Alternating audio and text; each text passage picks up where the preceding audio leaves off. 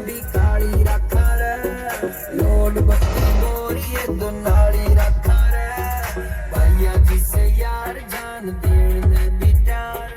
ਇੱਕ ਬਿਨਾ ਬੰਦਾ ਆਪਾਂ ਜਾਲੀ